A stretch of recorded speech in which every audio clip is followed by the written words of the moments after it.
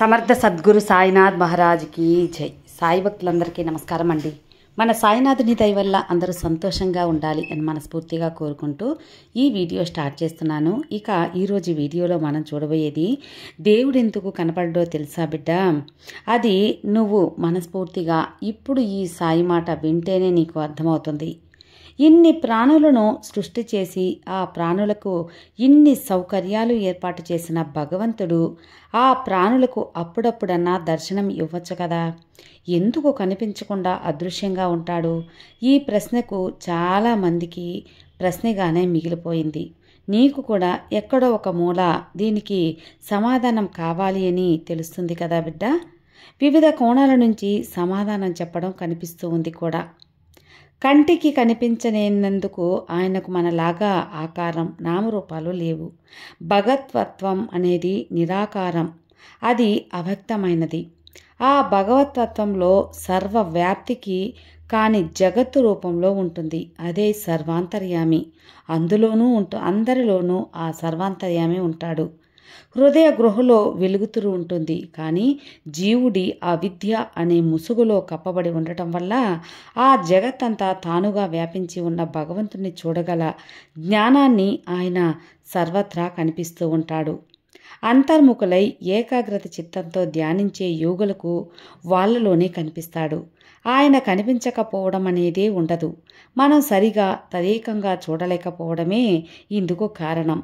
సర్వత్రా పరుచుకుని ఉన్న భగవంతుడు అనే ఏకతత్వాన్ని మనం చూడలేకపోవడానికి కారణం మనలో ఉన్న అహంకారం. అహంకారం అనే లక్షణమే. ఇది నేను గొప్ప, నేనే గొప్ప అన్న భావనను సూచిస్తుంది అహంకారం. ఉన్నది బ్రహ్మమొక్కటే అయినా నేను వేరు, నేను కానిది వేరు అన్న భావన కలిగించే భ్రాంతి జనితమైనది.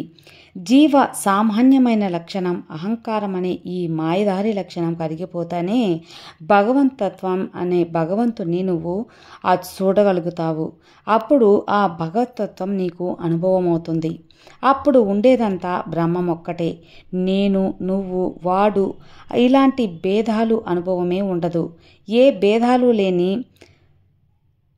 స్థితి అనుభవం అవుతుంది. అప్పుడు సర్వం బ్రహ్మమయమవుతుంది. అదే మోక్షస్థితి, బంధరహిత స్థితి, దుఃఖరహిత స్థితి, పరమశాంతి స్థితి, నిర్వాణ స్థితి అని కూడా ఉన్నాయి.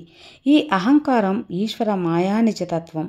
దీనితో ఉన్నప్పుడు నేనే అనే ఒక గుర్తింపు కోల్పోవడం అన్న భావనే భరించలేరు, గ్రహించలేరు కూడా. అందుకు నాకు మనసొప్పదు. వైరాగ్య అభ్యాసాల ద్వారా ఈ అహంకారాన్ని వదలగలిగిన గనులు ఎవ్వరూ లేరు అని చెప్పబడుతుంది.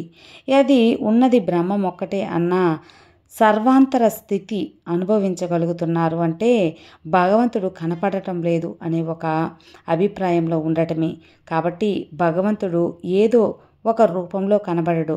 నువ్వు చూడగలిగితే భగవంతుడు తప్పకుండా కనిపిస్తాడు. భయం లేనివాడు బలవంతుడు కూడా అయితే వారు ఇతరులకు చెడు చేయగల సామర్థ్యాన్ని కలిగి ఉంటారు.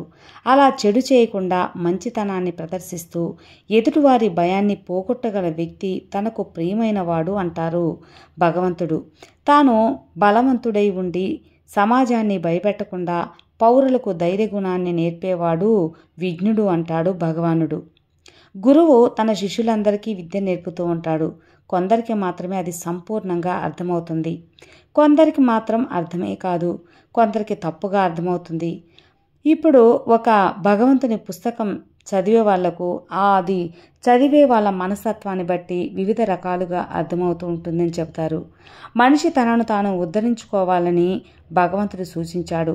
ప్రతి మనిషి నుంచి ఒక గొప్ప వ్యక్తి ఆవిర్భవించాలి అనేదే తాత్పర్యం.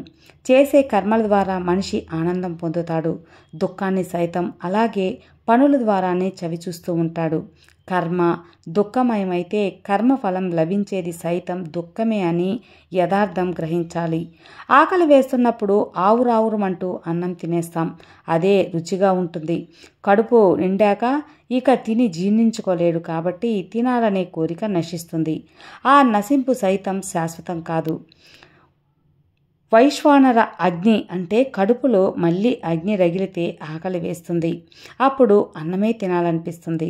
ఇలా అవసరాలు కోరికలను సృష్టిస్తాయి. సౌకర్యాల కోసం వస్తువులు అవసరమవుతాయి. అలా మళ్ళీ మళ్ళీ కోరికలు కలుగుతూనే ఉంటాయి. అగ్నిలో నెయ్యి పోసినప్పుడు మంట గభేలని వస్తుంది. అలా గబేలని రావటమే తప్ప ఆరిపోదు కదా. జీవనయానంలో నడుస్తున్నంత కాలం అవసరాలు సంకల్పాలుగా, కోరికలు మారుతూ మనిషిని ఇంకా ఇంకా సంకల్పపరుడుగా చేస్తూ ఉంటాయి. ఒక పరిధిలో కోరికలు లేని జీవితం కోసం సాధన చేయాల్సి కూడా ఉంటుంది. కోరికల వలన కర్మకు ప్రేరణ లభిస్తుంది. కర్మను కాక కర్మఫలాన్ని త్యజించి భగవతార్పితం చేయాలన్నది భగవంతుని మాట. వస్తు త్యాగం సన్యాసం కాదు. కర్మలు మానకుండా ఇతరుల ప్రయోజనం కోసం ఆలోచించేవాడే నిజమైన కర్మ సన్యాసి అన్నదే భగవంతుని మాట. గంగా తీరంలో ఒక పడవ నడిపేవాడు తెడ్డు వేస్తూ పాట పాడుతూ ఉంటాడనుకోండి. చేపల కోసం వలను నదిలో విసిరాడు. నదిని దాటడానికి ఆ పడవ ఎక్కిన ఒక సన్యాసి పడవవాడి ప్రవర్తన ఆసక్తి కలిగించిందట. అప్పుడు తనను తాను దాటించినందుకు సన్యాసి పడవవాడికి ఓ నాణ్యం ఇవ్వబోయాడు. ఆ పడవవాడు డబ్బు తీసుకోకుండా నాకు వద్దయ్యా అంటాడు. అతడి వృత్తి వేట. ధనం కోసం నేను నదిని దాటించటం నా వృత్తి కాదు.